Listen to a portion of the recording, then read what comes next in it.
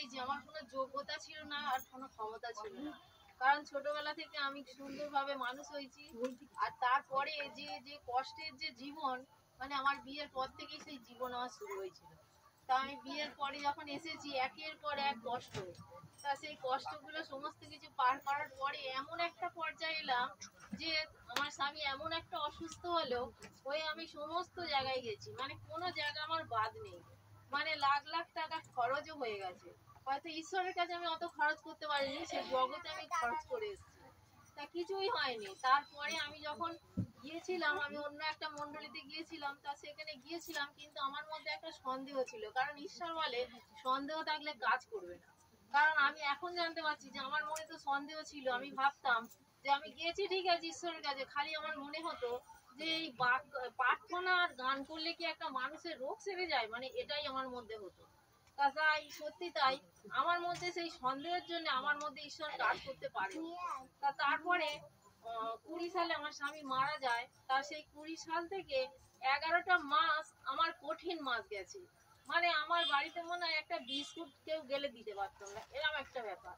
মানে চারদিকে ঘুরে ঘুরে ঘুরে ঘুরে, মানে 1,70,000 টাকা দেনা ছিল আমার। সেই দেনা কি করে শোধ করবো আর কি খাবো আমি নিজেও জানতাম না।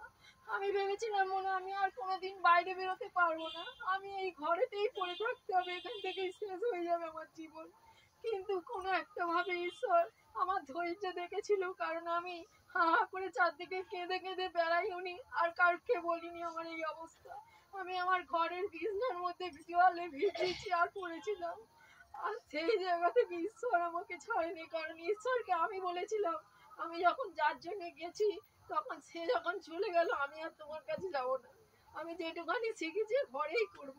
তা সেই ঈশ্বর আমাকে আবার সেই জায়গা থেকে দেখলো যে 11টা মাস আমি ঘরেই পড়েছিলাম আমার ধৈর্য নিয়ে। কারণ আমি কারোর কাছে ঈশ্বরের জন্য আমি বলিনি যে আমি তোমার কাছে গেছি বলে আমার এটা হয়েছে, কারণ ঈশ্বর কিন্তু আমাকে ছাড়েনি, সেই ধরেছে।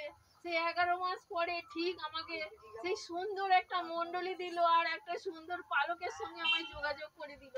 সেই পালকের মাধ্যমে আমি আজকে এই রাস্তা খুঁজে পেলাম, সেই অন্ধকার জগৎ থেকে আমি আজ এই রাস্তা আলোর জগৎ পেলাম।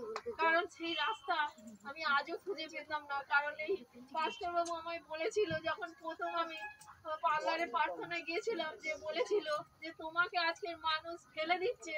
কারণ আমার যখন মানুষ মারা গেলে মানুষকে দেয়, সান্ত্বনা দেয়, কিন্তু আমায় মানুষ আঙুল তুলেছিল। প্রত্যেকটা মানুষ বলেছিল ওর জন্য স্বামী মরে গেছে, ওর জন্য এই হয়েছে। একের পর এক আমাকে তুলে ধরেছিল, আমি একটা ঘরের কোণে পড়েছিলাম। তা এই পাস্টার বাবুই আমাকে দিয়েছিল, আর এমনকি আমার পাশেও দাঁড়িয়েছিল, আমাকে বলেছিল তোমার যা প্রয়োজন আমাকে বলবে, আমি তোমার পাশে দাঁড়াবো যদি তুমি আমাকে ভাই ভাবো।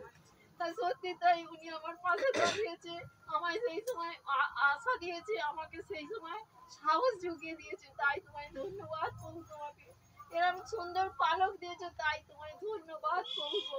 কারণ তার মাধ্যম দিয়ে তুমি আমাকে রাস্তা দেখিয়েছো, আমায় পথ দেখিয়েছে। তাই মহান ঈশ্বরকে শত কোটি কোটি কোটি কোটি ধন্যবাদ।